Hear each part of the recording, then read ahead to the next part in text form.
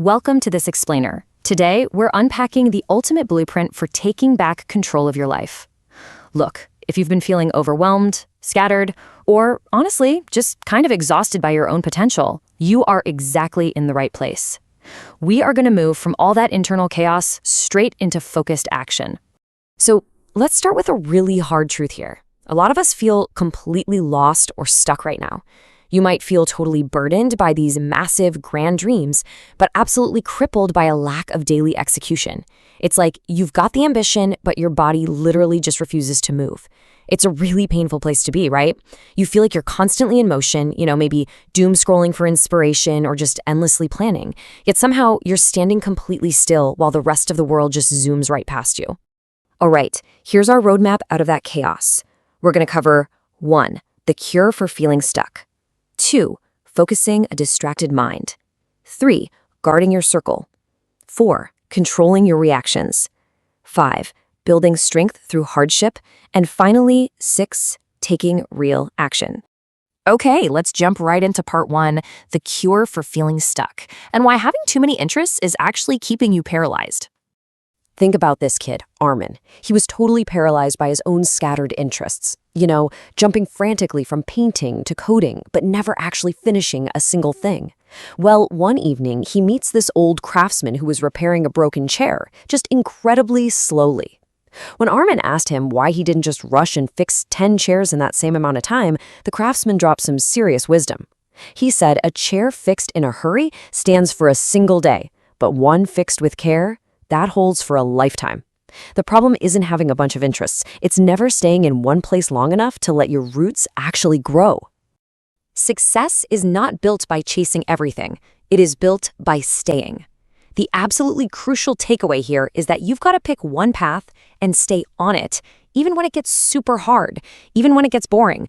Armand didn't have to throw away all his hobbies forever, but he had to learn to honor them one at a time. Moving on to section 2, focus your distracted mind, and specifically, rewiring your daily habits. Meet Samir. Now, Samir's mind was constantly racing with all these big plans, yet his actual life was totally stuck in the mud. Seeing how frustrated he was, his grandmother took him out to a field completely overgrown with wild weeds. Samir just starts hacking away at them randomly, moving super fast, going everywhere at once, and achieves absolutely nothing. Then, his grandmother steps in. She picks just one tiny square of land and calmly, methodically clears it completely. She looks at him and drops this incredible lesson. This land is your mind. Too many thoughts, too many directions. You start everywhere and finish nowhere, so nothing grows. That is just such a brilliant illustration. If you're feeling lost right now, do not try to fix your entire life all at once. Seriously, don't do it. You just need to fix one thing properly. She proved this to him the very next day. She made him carry water in a cracked bucket, showing him that when your focus leaks, all that heavy effort is totally wasted. So she rewired his routine with 3 super simple steps. Step 1, no phone in the morning to kill that digital distraction. Step 2, pick just one task per day. Step 3, finish it properly. By sealing up those leaks in his focus, Samir's racing thoughts finally settled down, his energy actually found a direction, and his confidence quietly came back. All right, section 3, guard your circle and secrets, and the quiet power of your environment. Take Simon, a student who completely lost his way just by hanging out with friends who constantly mocked hard work. He was feeling super lost, dealing with intense career anxiety. So he went to speak with a wise elder named Guruji. Guruji simply drew 2 lines in the sand for him. One was straight and clear, the other was broken and messy. He told Simon that a wise person chooses friends who help them walk that straight path. Because honestly, when you follow people who have no direction, your life naturally becomes broken and messy too. But hey, it's not just about who you hang out with. It's also about what you're sharing with them. Remember Samir from a minute ago? Well, he had this awful habit of constantly broadcasting his new business goals to his friends just to get a pat on the back. But the second it was actually time to do the work, his motivation just vanished. A teacher showed him 2 seeds. One was hidden deep under the soil, quietly growing really strong. The other was placed right out in the open on a stone for everyone to admire. And guess what? It quickly dried up and died. Real growth needs silence, protection, and time. The big takeaway here is that you've got to protect your goals in secret and just let your actions do the talking. When you announce your plans to the world way too early, your brain gets this premature hit of dopamine. It feels rewarded by the praise and literally stops pushing you to do the actual work. Keep it quiet. Let's transition over to the emotional side of self-mastery with Section 4, Reactions Dictate Your Heavy Burden, Controlling Your Emotions. Consider Bibi Amina. She was an elderly woman who faced unbelievable tragedy in her life, but absolutely refused to react with bitterness. One day, a crying young woman came to her, complaining about how village gossip was just burning her heart. Bibi Amina simply handed her a small sack of wheat and told her to squeeze it as tightly as she could. Pretty soon, the girl's hands were aching terribly. Bibi Amina just smiled and pointed out that the actual physical weight of the sack hadn't changed at all. The pain came because her grip increased. This is such a critical lesson for our own emotional control, especially today with online negativity or toxic office politics. Look, you cannot stop problems from coming. Life is always going to hand you weight, but you have complete 100% control over how tightly you hold on to those things. Your reaction decides your burden. You can simply choose not to carry every single harsh word around in your heart. Building right on that emotional resilience, Section 5 is all about letting hardship build your strength and the hidden purpose of struggle. There was once this cart horse named Brownie.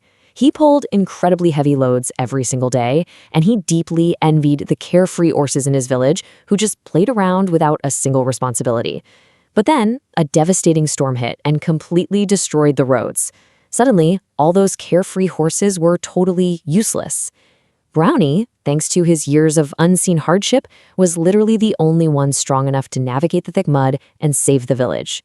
Your daily difficulties are never meaningless, guys. They are quietly building your greatest resilience for the moments that truly matter.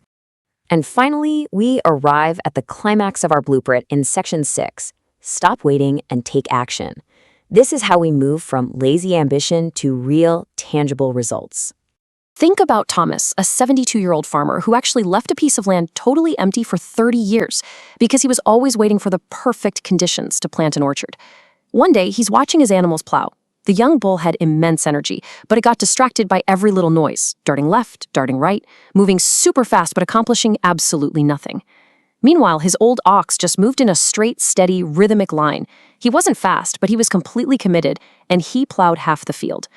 Thomas realized with a really heavy heart that he'd lived his entire life like that distracted bull.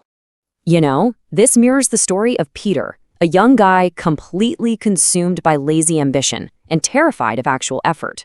One day, Peter watched a frail old woman silently building a mud wall. She didn't wait to feel ready, she just moved.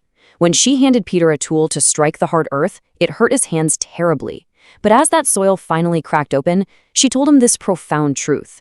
That small hole is real, but your dreams, they are not real until your hands actually move. Synthesizing all these powerful lessons together, we have a really clear set of directives. First, abandon the fear that effort is going to expose your weakness. Stop waiting for the perfect time. You have to strike the hard ground today, even if it physically hurts. Don't rush around like the distracted bull. Instead, be the ox. Move step after step, completely committed to one direction. By the way, Thomas finally started planting his trees at 72, and by 81, he was sitting in a thriving, beautiful orchard. It is literally never too late. We have covered so much ground today, from curing your scattered interests to guarding your circle, mastering your reactions, and finally striking the hard earth. So I'm going to leave you with this final provocative thought to carry with you. Ambition without action breaks the heart, and strength without direction is just noise. The bull had absolutely everything and went nowhere. The ox had so much less, but crossed the entire field. So what direction will you choose today?